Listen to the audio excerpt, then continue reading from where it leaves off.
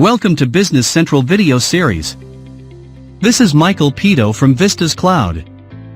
Edit in Excel action allows you to change records in Excel and publish the changes back to Business Central.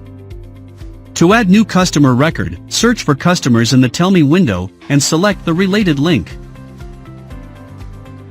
Select Edit in Excel.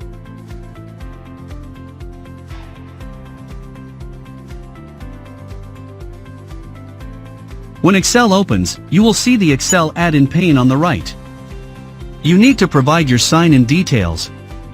Currently, I am already signed in. Insert new line in between. As an example, we will copy one of the records, then change some values.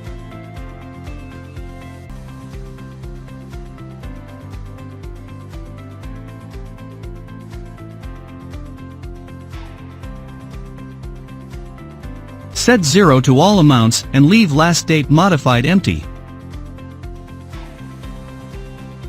Make sure that the new line record is within the table by clicking the design on the right pane. Click Publish from the add-in pane. Press F5 to refresh the page in your Business Central.